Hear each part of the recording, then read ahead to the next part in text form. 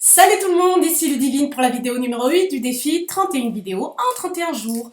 Aujourd'hui, j'ai envie de vous parler de ma petite technique personnelle qui fonctionne relativement bien pour moi pour switcher une mauvaise habitude en bonne habitude. Donc vous l'aurez compris, comment se débarrasser d'une mauvaise habitude? Donc technique numéro 1, c'est que je m'engage, je crée avec moi-même un contrat d'engagement.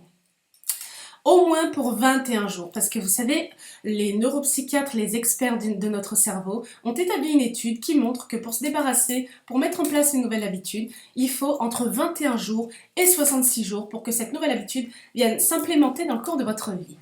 Donc je m'engage pendant au moins 21 jours.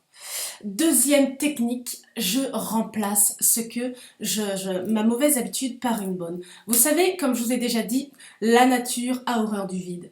Lorsque, par exemple, je veux éliminer une mauvaise habitude, c'est-à-dire regarder la télévision le matin au réveil, par exemple, et que j'ai envie de me débarrasser de cette habitude-là, mais il va falloir que je me crée quelque chose à faire pendant ce créneau où est-ce que je regardais la télévision, par exemple, et que j'ai envie de switcher ça contre la lecture d'un bon livre. Eh bien, voilà, je remplace cette habitude de télévision par la lecture d'un livre. Donc, les 30 minutes que j'allouais auparavant à la télévision le matin, je les passe à la lecture. Vous voyez, mes amis, remplacer ce créneau, remplacer cette mauvaise habitude par une bonne. Troisième stratégie que j'utilise, c'est la stratégie dite des petits pas. Imaginons que vous ayez 10 kilos à perdre ou 20 livres à perdre. Eh bien, une petite technique marrante et très astucieuse que j'utilise, c'est de me dire, ok, mon objectif est de perdre 10 kilos, mon objectif final est de perdre 10 kilos. Très bien. Eh bien, je me mets à perdre 1 kilo et renouveler cette expérience en 10 fois. Vous voyez? Donc, je découpe en tranches mon objectif. C'est la même chose pour mon chiffre d'affaires. Imaginons qu'à l'année, j'ai envie d'augmenter mon chiffre d'affaires de 120 000 euros à l'année. Je me dis, combien ça fait 120 000 euros divisé par 12 mois? Et c'est ça mon objectif. Je découpe mon objectif en petites tranches. C'est la stratégie des petits pas. Puis, la quatrième technique que j'utilise, moi, c'est de me focaliser, de me focuser sur les objectifs.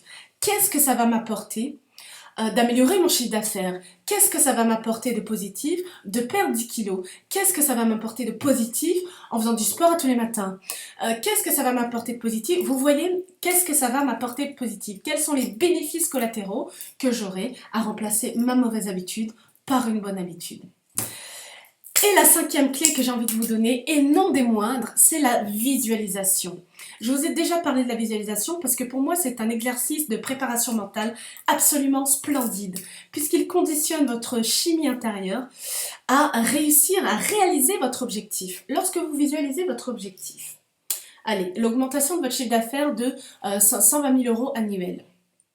À quoi ça ressemble dans le futur? Ok, lorsque vous aurez atteint votre objectif, qu'est-ce que ça va vous apporter?